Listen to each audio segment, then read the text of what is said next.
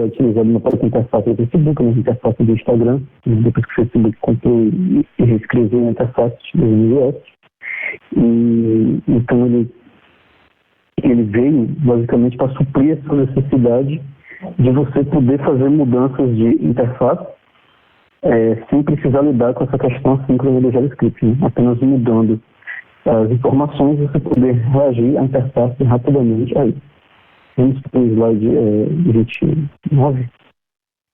Então, o React ele não tem nada disso que tem em outros frameworks, né? Então, essa é uma regra número 1. Eu tentei definir o React em 3 regras maiores, assim, que tentam dar uma ideia maior, né, do framework. E essa é a regra número 1. Tudo em React ele é um componente. Então você não tem classe, não tem template, não tem diretiva, não tem controle. Tudo vai ser um componente. Tudo é declarado como um componente. Seria a classe, né, digamos assim. Um componente em React seria basicamente uma classe. Vamos para o slide 30. Assim como eu tentei explicar o GraphQL fazendo um paralelo com o REST, eu vou tentar fazer essa comparação do React comparando com o que a gente faz em JavaScript normal, né? Então, mais uma vez, né, para a gente poder satisfazer as necessidades da interface, a gente normalmente implementa com base no que a gente precisa fazer. Então, aqui a gente teria um controller com métodos que nos permite interagir com essa interface. Então, a gente teria métodos para adicionar um comentário, para deletar um comentário, para adicionar uma tag. Se a gente for para o slide 31 agora, a gente teria um outro arquivo, né? Normalmente um outro arquivo HTML, que seria a nossa interface de fato. Aqui eu estou usando um exemplo parecido com Angular, mas que outros frameworks implementam de forma similar. Então a gente teria o HTML separado, com esses rolos aqui, né, utilizando chave, e seriam substituídos por dados que vêm do back-end. E aí no slide 32, a gente teria ainda uma terceira camada de código que faz essa conexão da interface, né, do HTML com os métodos do controller, e que nos permite de fato interagir com elementos da página e isso alterar coisas no back-end e no front-end, né? Então aqui a gente lida com exemplos de clique e tenta encontrar elementos a partir de seletores CSS. Essa é basicamente a estrutura em camadas que a gente está acostumado quando desenvolve em outros frameworks JavaScript, né? Então no React isso é um pouco diferente.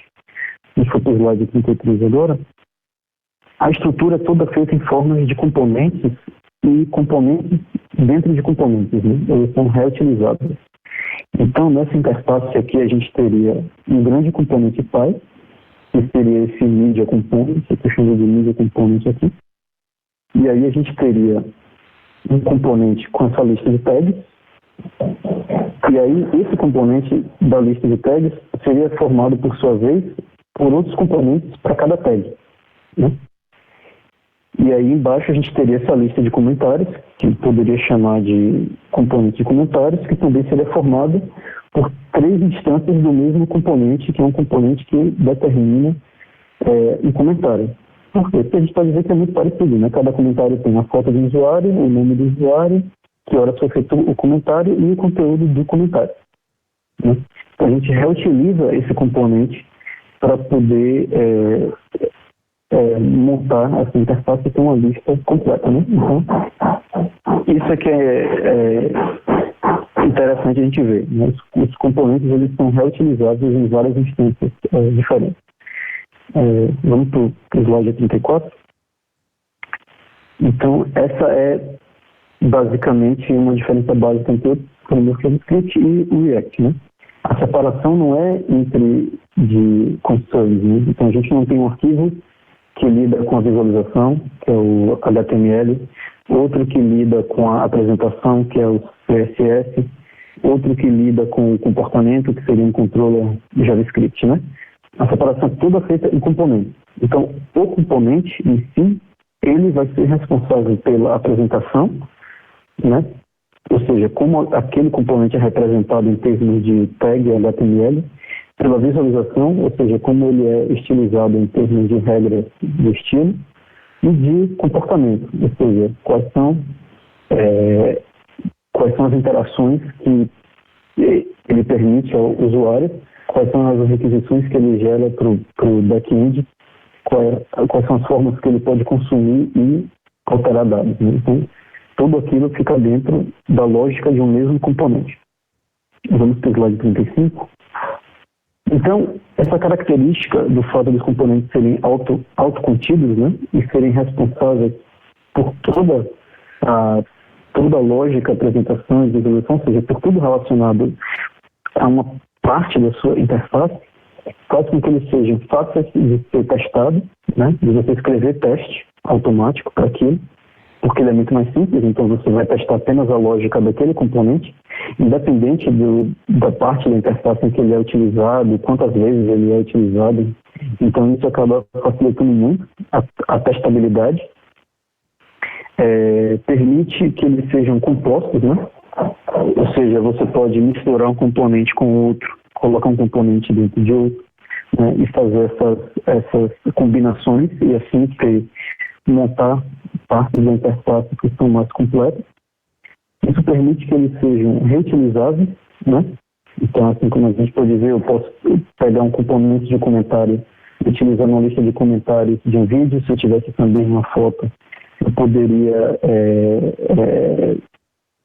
ter uma lista de comentários e reutilizar aquele mesmo componente, não precisaria ter um componente separado.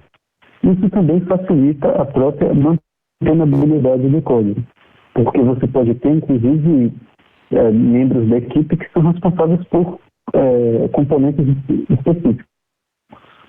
E isso vai fazer com que haja menos conflitos no sistema de controle de versão. Isso também permite que membros da equipe possam focar em componentes específicos e trabalhar nos detalhes daquele componente, deixando mais completo, né? Então isso facilita muitas coisas. Vamos para o slide 36. Então vamos ver um exemplo de como um elemento da nossa interface seria representado no formato de um componente React. Né? Então aqui eu destaquei um dos componentes mais simples que essa interface tem, que é uma tag. Né? Então a tag ela é exibida como um elemento, né, na tela, que possui apenas um X que lhe permite excluir aquela tag, né? Deletar aquela tag.